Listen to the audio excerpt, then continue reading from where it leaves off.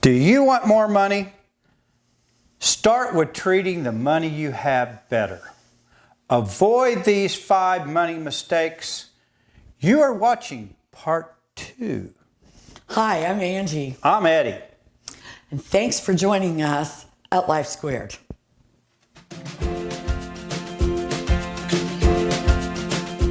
Welcome to Life Squared, brought to you by the Perfectly Imperfect Network, from imperfect folk everywhere.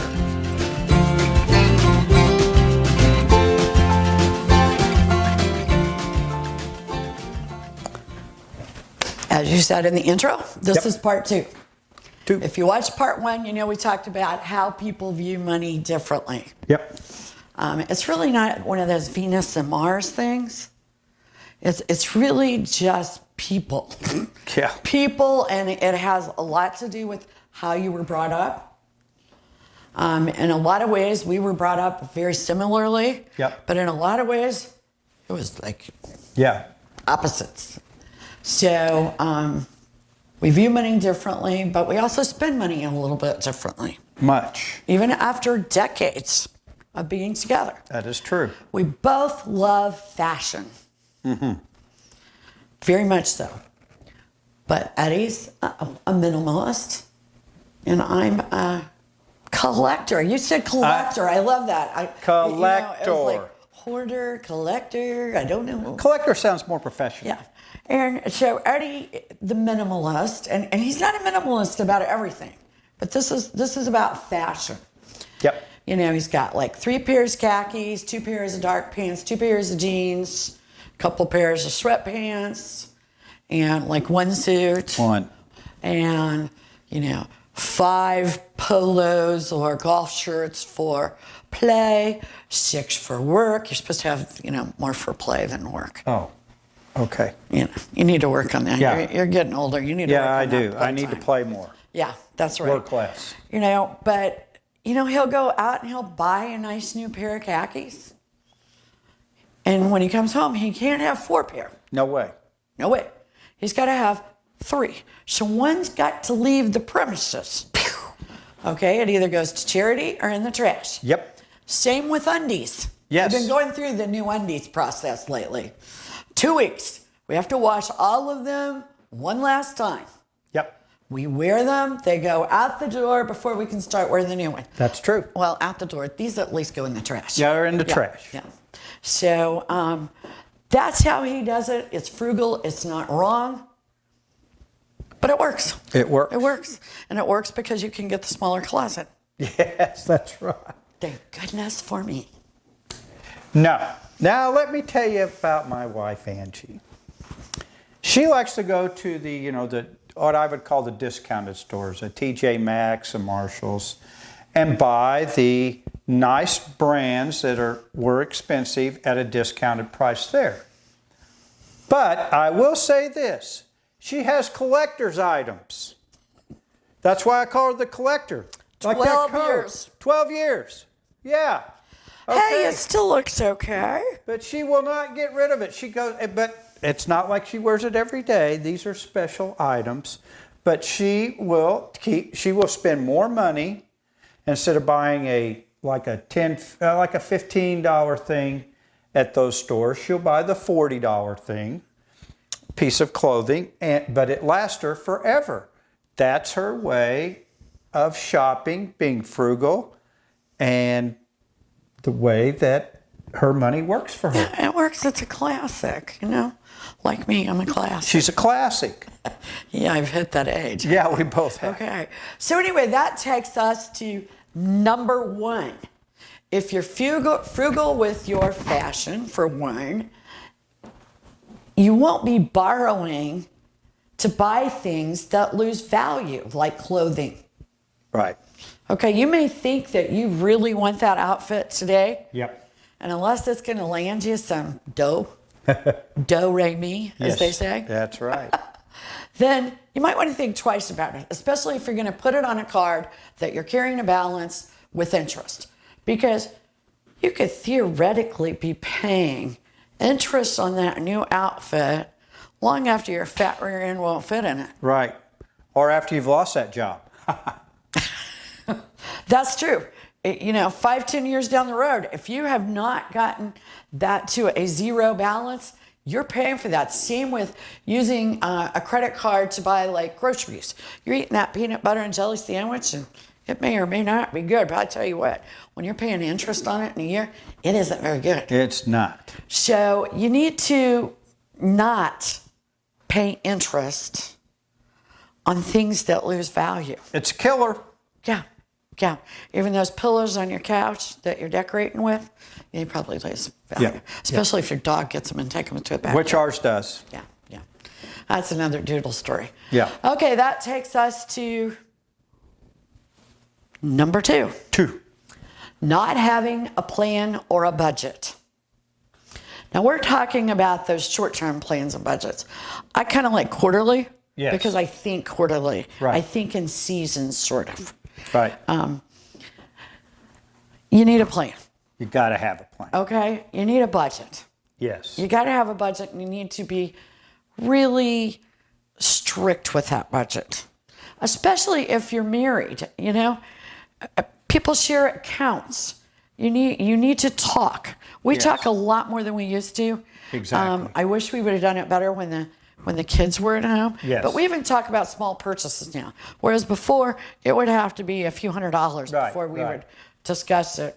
Now, maybe we do it out of boredom. Yeah. I don't know. On the weekend, we kind of talk, well, what do we need to get this week?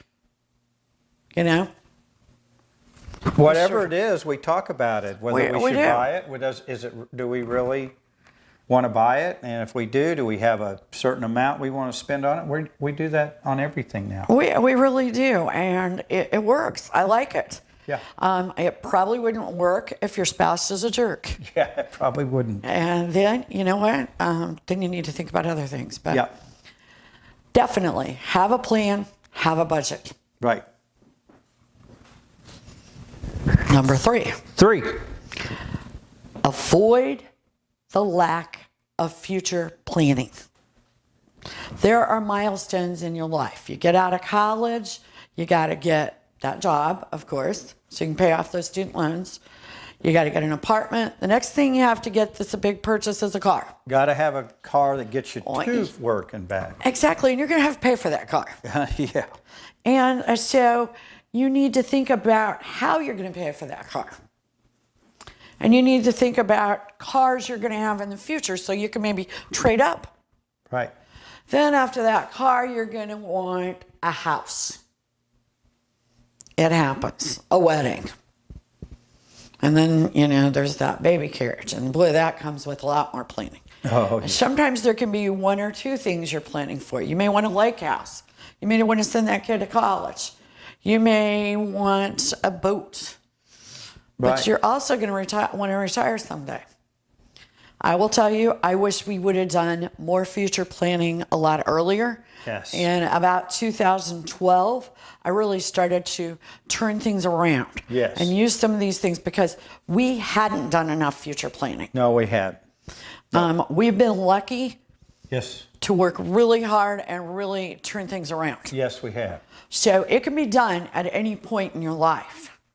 We are a testament to that. Yes, it But can be done. The earlier you do it, the better. The better. 4. Number 4, avoid living without a safety net. Yep. Now, we all know what's happened in the past year. Actually, it's almost 2 years. Almost to you. And a lot of us lost jobs. A lot of us didn't really lose our job, but we couldn't really work. Some people worked, but they really weren't selling anything, so they weren't getting commissions, they weren't getting deals, weren't getting tips. We've all heard all of the stories. Yes, we have. Now, prior to this crisis, we know that financial experts said, 3 months, you lose your job, you ought to be able to find one in 3 months. Now they're saying 6 months, a year, maybe even 2 years. Yep. You need a safety net. Yes, you do. You need a savings account for when tragedy strikes. Yes. You just got to have it. And you don't even know what that tragedy is. We used to think it was just that you lose your job, you got laid off. Now 6. We have lost our naivety. Yes. Our innocence has been lost. So there's all kinds of things that can happen. You know, even just like for now, the supply chain Yeah. has people not making as much money as they normally would, even if you're back to work. Right. So, you know, anything can happen. So definitely have a safety net. 5. Number 5, avoid misusing home equity loans. If it doesn't increase the value of your house, don't do it. And we know there are exceptions. Right now we're talking about the rules, not the exceptions. But if you need to redo your kitchen because it's absolutely horrible and the stove won't work anymore, you know, by all means, go get a home equity loan if that's what you have to do. If, you know, the ceiling's falling down because the roof is, okay, you know, definitely do it. Right. Otherwise, if you have a choice, I urge you to do what I do, which is I look at my house as an ongoing project. We Right. call it the perfectly imperfect compound. And the reason we do it is because it is imperfect. It is imperfect. It's perfectly imperfect for us. We love it, and we love a lot of the quirks about it. Yes, we do. But it is an ongoing project. Right. We try to use our money Right. to do little projects. You know, $200, $300, $500 a year, $1,000 a year, whatever. Right. Now we have a son that loves the projects too. He will go in for 6 months and tear his whole house apart. Yep. He does. And he turns it into a beautiful place. Yes. And then he's done. And then he can be out on a boat. Okay? That's one way of doing it. He comes home, he says, Mom, you can just get this stuff done. And I said, yeah, but then I would disintegrate as if I was on Star Trek. Yep. Got to have something going. No, yeah, it's a journey to me. It's a journey. My son's way is not wrong. My way is not exactly right. But it works. It works. And both have us doing as much as we can and saving as much money as we can. That's the secret. Absolutely. Thanks for joining us here at Life Squared. Life Squared! Yeah! We really appreciate you joining us today at Life Squared on the Perfectly Imperfect Network. To get more content, please consider subscribing.